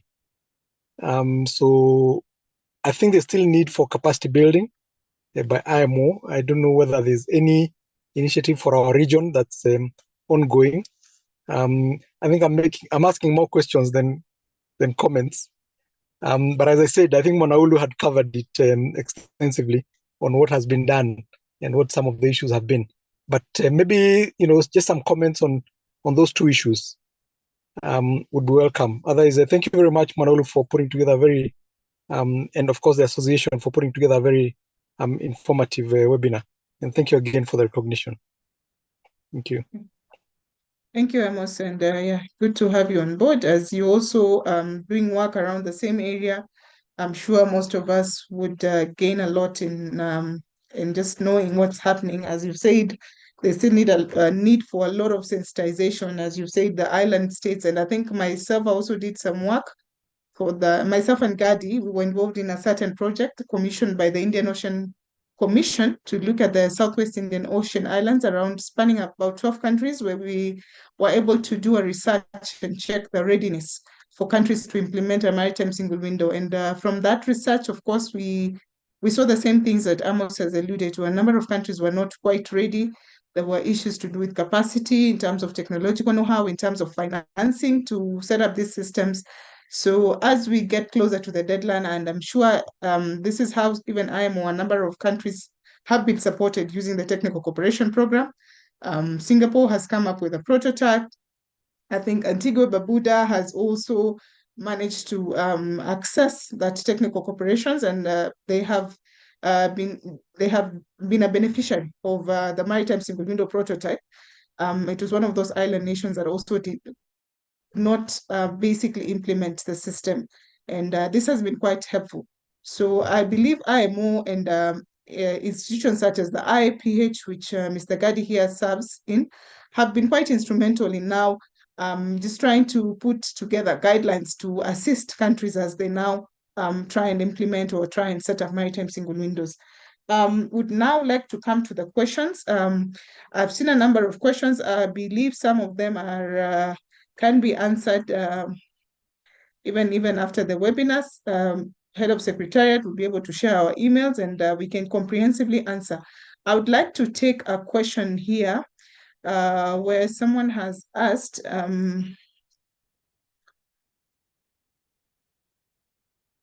whether this maritime single window will be used to clear cargo under customs control without using KRA ICMS or not. CFA/owners of goods will be in access to trace the cargo direct without contacting the shipping line. Yeah, so Mr. Twaha, the answer to this is that the maritime single window also does not replace the existing systems. What has been done, for example, in the case of the Kenyan situation, the Maritime Single Window team from Kentrade has been working hand in hand with the Customs projects team, the ICMS team, because if you're aware, the customs also have their own requirements for boarding, and they're part of the key stakeholders when it comes to the joint boarding process, because customs have a duty to protect when it comes to dumping and issues to do with the trade facilitation. So there is an integration that is being progressed, so that then whatever is being submitted in the maritime single window can be accessed by the KRA officers. So I'm sure in this, and this is I think phase 2 of the project, I'm sure in a few months or so, in the next year, we should be able to see a merging of the systems. And this has been the trend, I think, even when the trade single window system, if we can call it that, started. You recall Quartos was working on their own, and we had to do an integration to Quartos and the KPS systems. I think even Amos was asking about that. So integrations are now becoming the norm. And what government agencies are doing is that they have to work together so that the user or the initiator of the documentation does not have to submit the documents twice. And that is the whole principle of the single window, that you submit the information only once, and it is then shared across to all the government agencies or the approval agencies. And then once they approve, the same approval is transmitted back, and everyone is in the loop. So you should be able to see customs approval. If there's a document maybe is being worked on by immigration, and that is how the maritime single window system in Kenya is like. When you go to the file forms, for example, the approvals have been done such that the crew list and the crew list is approved by immigration. Once immigration, so because this is the role of immigration, and even the act allows them to do this. So we give approvals of the file forms as per the mandate of that agency. When it comes to the ship stores, this is normally inspected or by the customs officers. So that particular form is approved by customs. But the shipping agent, when he comes back to the system, he can see this particular form maybe is pending approval by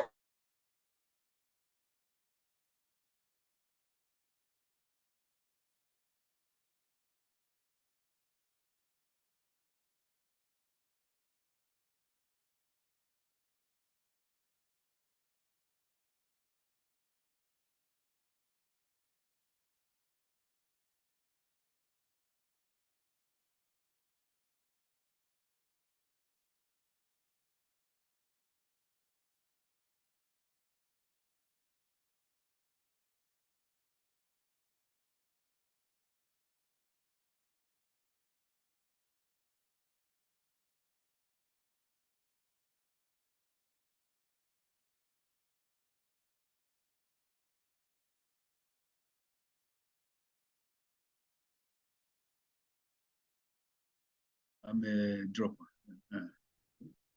Drop. Yeah, as we go on, I believe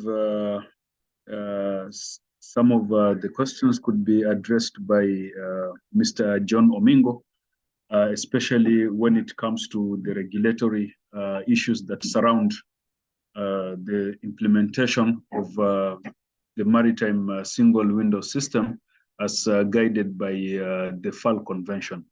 One of the questions that I have seen here is with numerous amendments in 2024, IMDG, IGF, MODU, LSA, etc., is Kenya having enough expertise to handle all this? I think Mr. Omingo should be able to take this question, being the DG of the government agency, which is mandated with the compliance to the International Maritime Conventions. You're welcome, sir. You can go ahead, Mr. Omingo.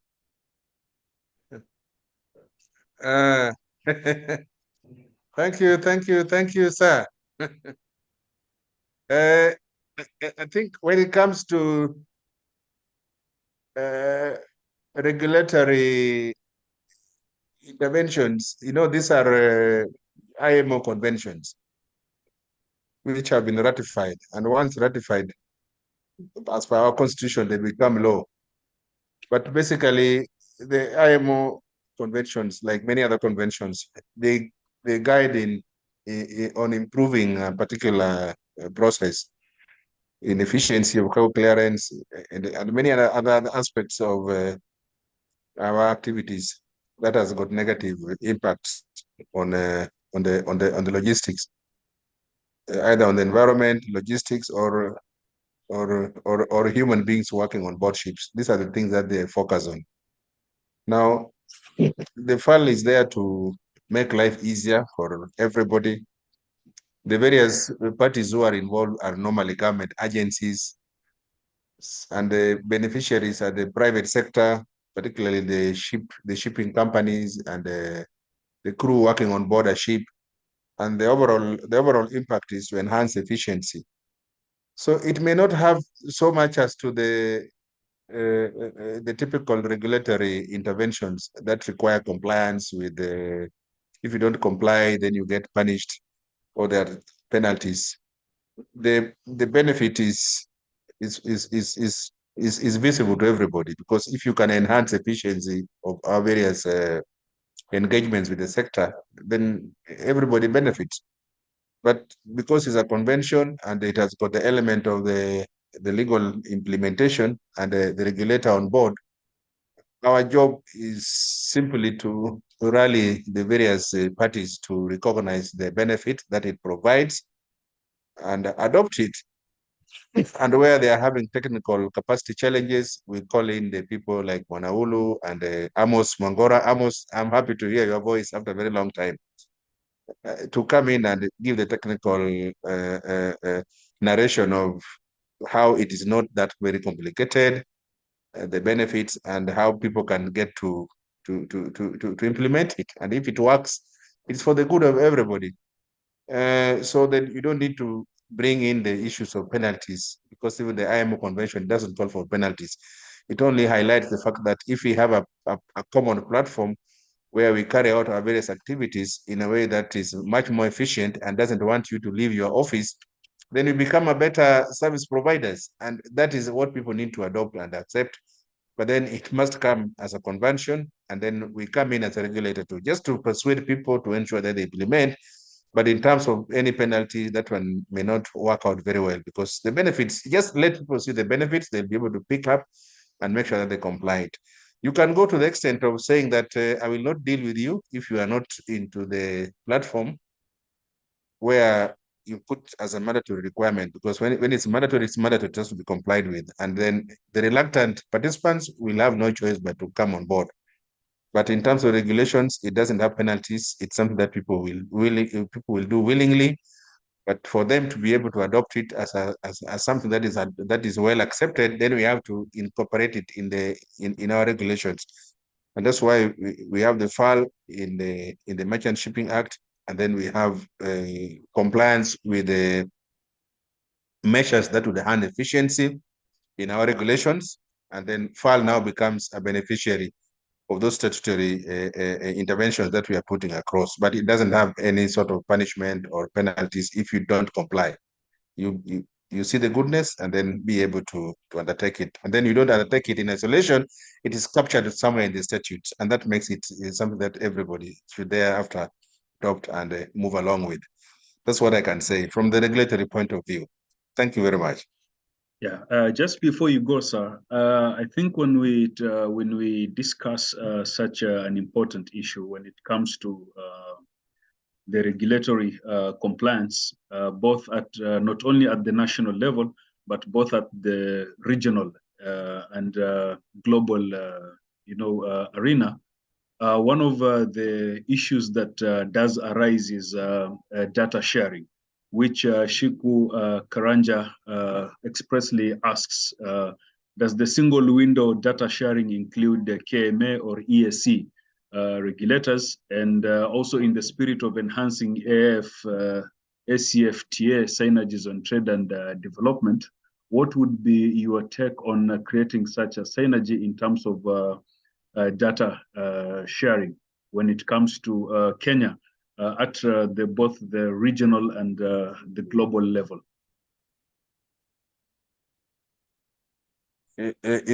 Long time ago, people were not very much conscious of the significance of data, but data has now become the maker or breaker of business operations to an extent that the massive scale at which data is now being processed and the kind of information and the use that it gives to a business entity or a government or a research institution is so massive that there must be a framework of managing this data, because if it is not properly controlled, it becomes it can also be a problem.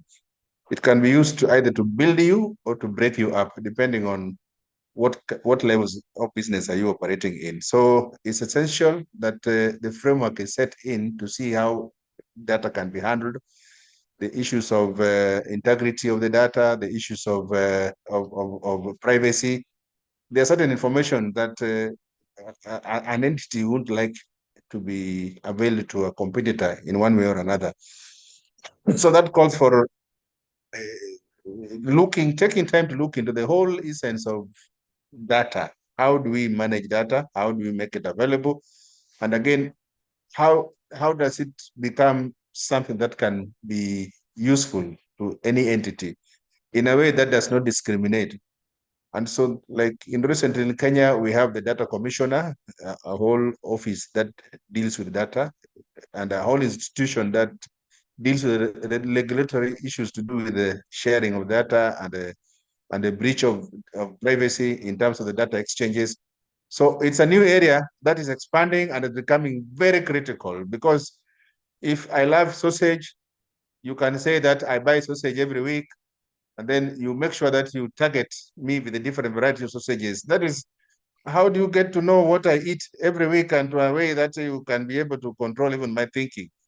I mean, it is a dynamite when it comes to data, because it can tell the behavior, and you have typical behavior. Every Wednesday, you are going to buy a kilo of meat.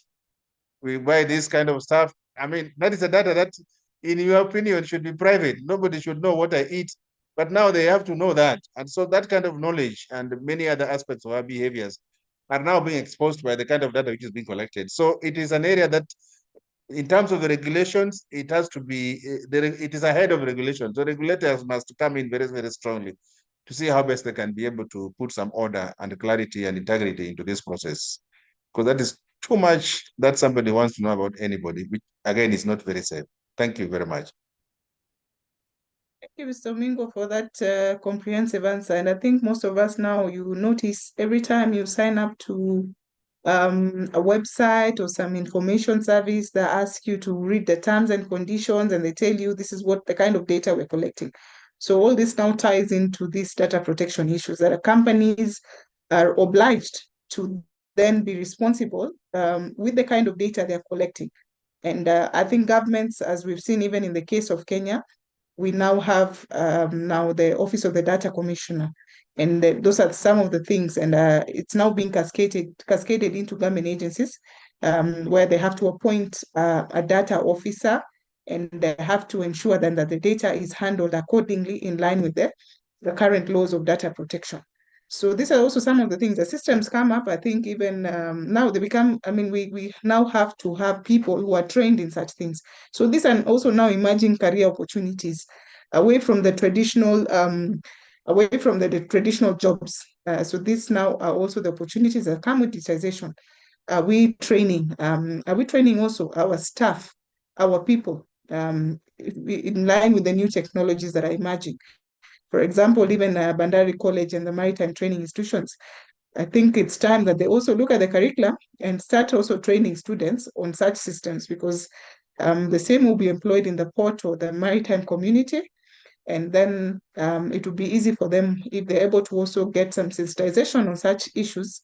Once they come to the industry, they're able to work without any problems. So ladies and gentlemen, there are quite a number of questions. Unfortunately, we have come to the end of our allocated time. However, the Secretariat would be able to share the information, the materials. Feel free to send us any more questions or clarifications. I'm sure Head of Secretariat will be able to post our email address, AMPK, but you can also reach us on any of our social media platforms.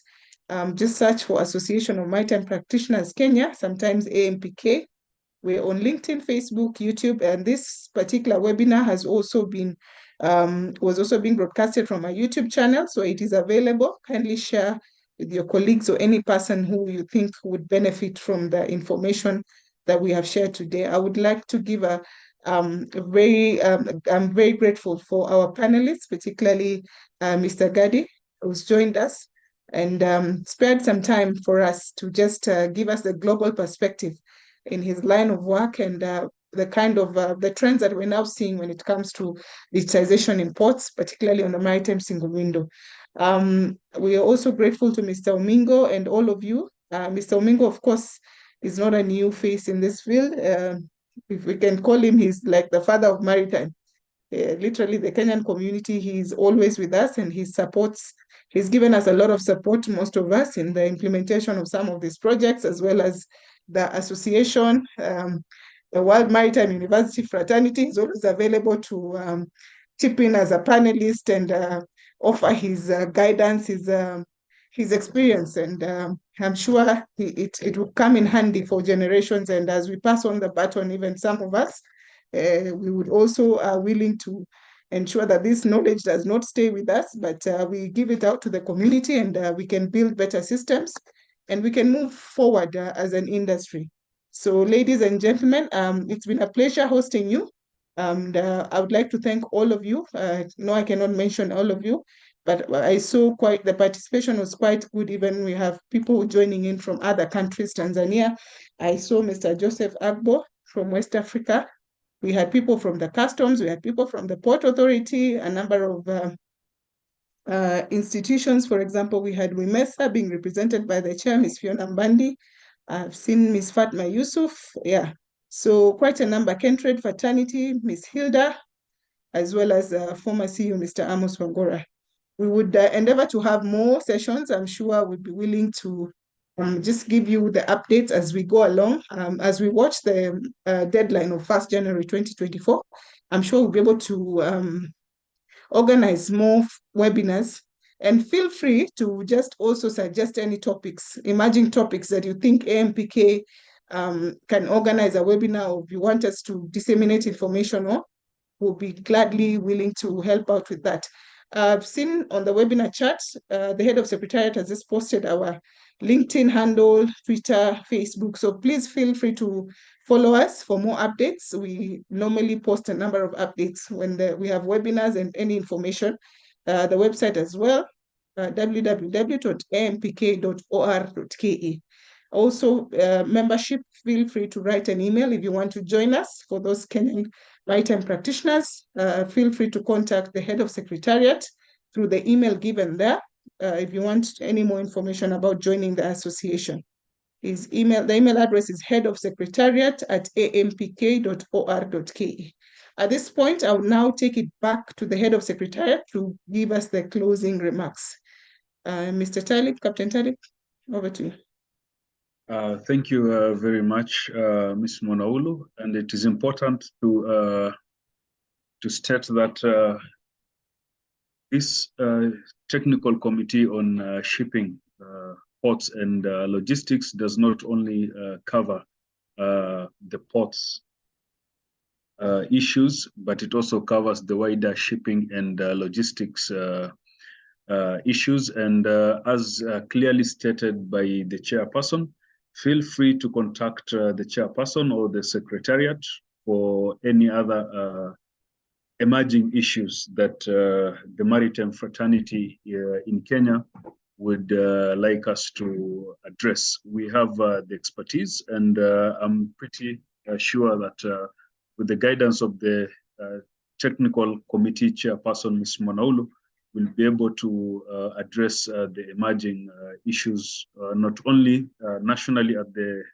Kenyan level, but we can also be able to address some of the regional issues, especially East Africa, which comes up from time to time, and schedule enough webinars for the same. Ladies and gentlemen, I would first like to thank the TC chairperson for shipping, ports and logistics, Ms. Monaulu, on a wonderful job done in educating the maritime fraternity, not only, as I have seen, Kenya, but also regionally on the pertinent issues regarding the maritime single window system.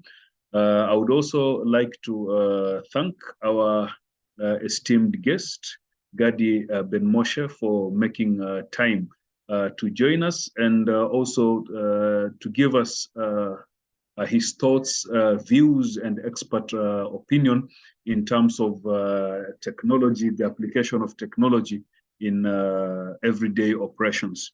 But not least, we would also like to thank Mr. John Omingo, who has been a key person when it comes to maritime commercial interest and expertise in Kenya. We wish to thank you, sir, as the acting Director General of Kenya Maritime Authority. We have seen wonderful strides being taken by the Kenya Maritime Authority within the Kenyan scenario. And we also wish to thank all the participants. And as much as we would like to mention each one by one, we will not be able to do so, but we thank you all for attending the webinar, and also bringing in the questions and giving us a little bit of, the challenge to go back and read sometimes in between the questions. On behalf of the President of AMPK, Captain Suleiman Bakari, thank you all very much, and we would meet in the next webinars that would be hosted by different technical committees within the establishment of the Association of Maritime Practitioners, Kenya. Thank you very much, and have a blessed weekend ahead. And feel free to contact us for any issues. And the call not only goes to Kenyans, but also our friends outside Kenya, within the region, and also globally. Thank you very much.